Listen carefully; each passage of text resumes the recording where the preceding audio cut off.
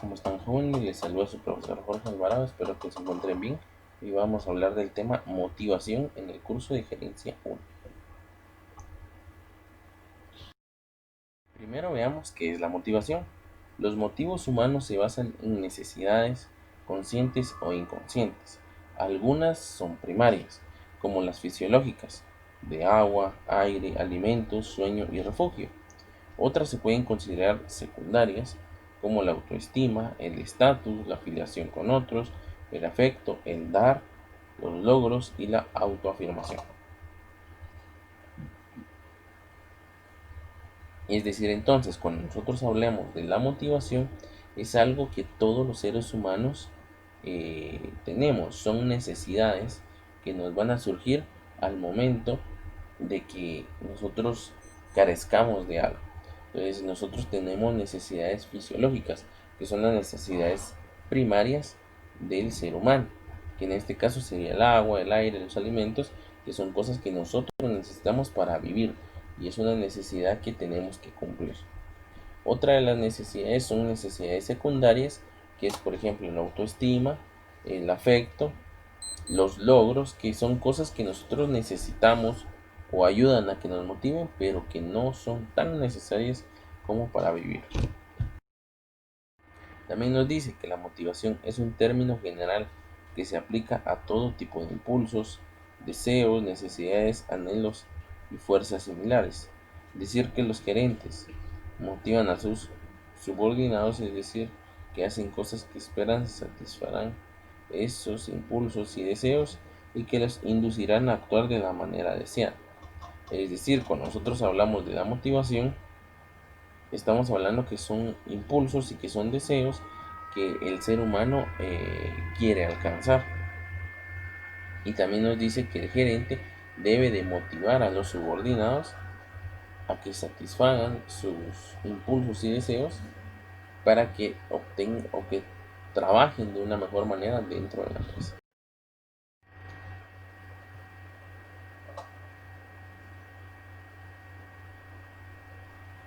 Uno de los primeros modelos de comportamiento es la teoría X y teoría Y de McGregor.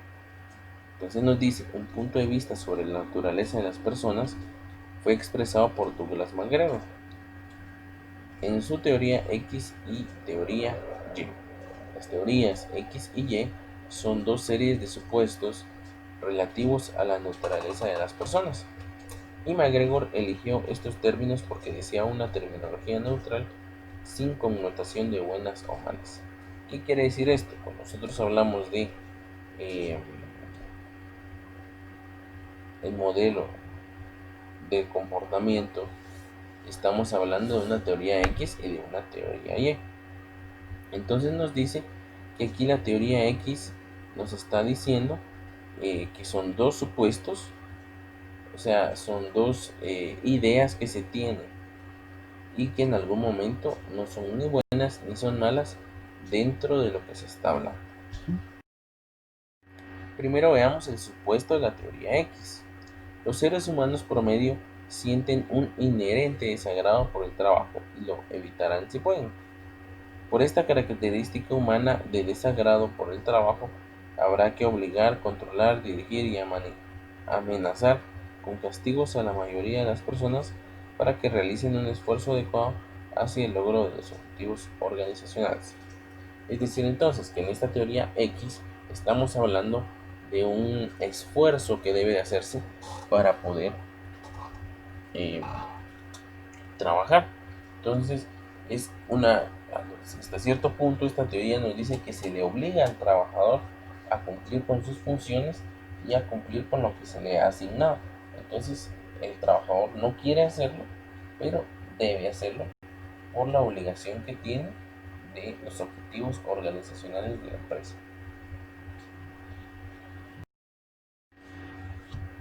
También nos dice que los seres humanos promedio prefieren que los dirijan, desean evitar la responsabilidad, tienen relativamente poca ambición y quieren seguridad ante todo. ¿Qué quiere decir entonces? Que este supuesto de la teoría X nos dice que en promedio los humanos prefieren que los dirijan. Ellos no quieren tener responsabilidades, no quieren adquirir mayor cosa. Entonces,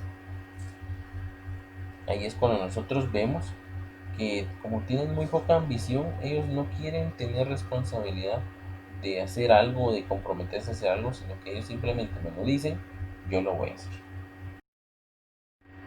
Ahora veamos el supuesto de la teoría Y. El gasto de los esfuerzos físico y mental en el trabajo es tan natural como el de jugar o descansar.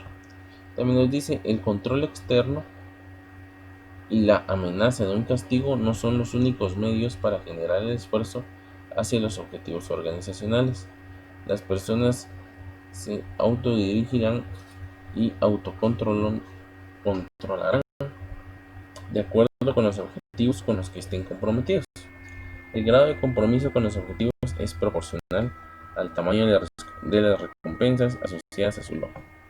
Entonces, esta teoría Y nos habla de que el trabajador está motivado a seguir adelante, el trabajador se compromete en hacer lo que se le ha asignado y ellos ven el trabajo como algo normal en lo que se compra, para ellos se compara con jugar o con descansar. Pero también nos dice que en esta teoría del supuesto Y nos dice que las personas prefieren estar comprometidos en lo que están haciendo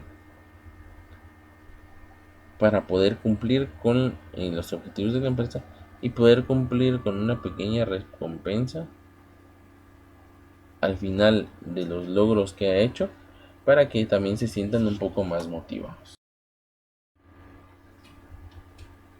También nos dice que los seres humanos promedio aprenden en las condiciones apropiadas, no solo a aceptar la responsabilidad, sino a buscarla. La capacidad de poner en práctica un grado relativamente alto de imaginación, inventiva y creatividad en la solución de problemas organizacionales se distribuye de manera amplia en la población. En las condiciones de la vida industrial moderna, el ser humano promedio solo utiliza parcialmente sus potencialidades intelectuales. Entonces nosotros estamos hablando que este supuesto de la teoría Y también sirve para que las personas se responsabilicen por todo lo que deben hacer en la empresa, es decir, que asuman la responsabilidad y de comprometerse en varias tareas que se les ha asignado dentro de la organización. Y también nos dice que también hace que el trabajador se motive para que pueda hacer y pueda tener un buen desempeño dentro de la organización.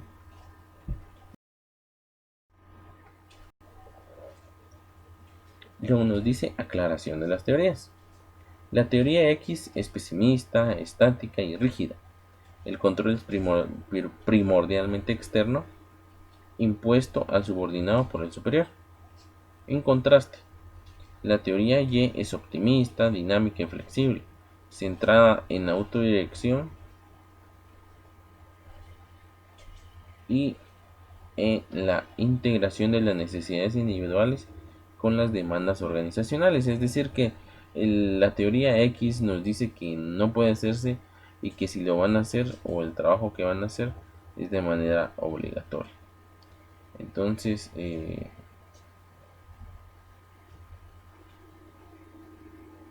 cuando nosotros vemos esto, estamos hablando que esta teoría X va a ver como el lado negativo de lo que es el trabajo, y la teoría Y van a ver el lado positivo de lo que es el trabajo y las labores que se ejercen dentro de la empresa.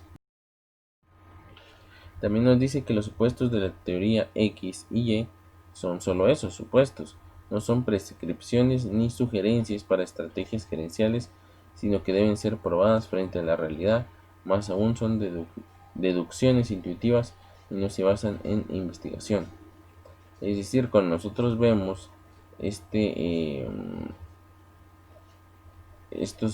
teorías, estamos viendo de que existe una motivación en la que es mala y una motivación que es buena. Y ustedes se dirán cuál es la que se debe seguir. Pues en conclusión, no debe seguirse solo una, sino que debemos de seguir los dos opciones que existan. Entonces también nosotros debemos de acatar en su momento la teoría X y en su momento la teoría Y. Y la teoría X nos dice que no quieren cumplir con lo que se les está diciendo, entonces se les debe de obligar o se les debe hacer respetar para que cumplan con las funciones que deben de hacer.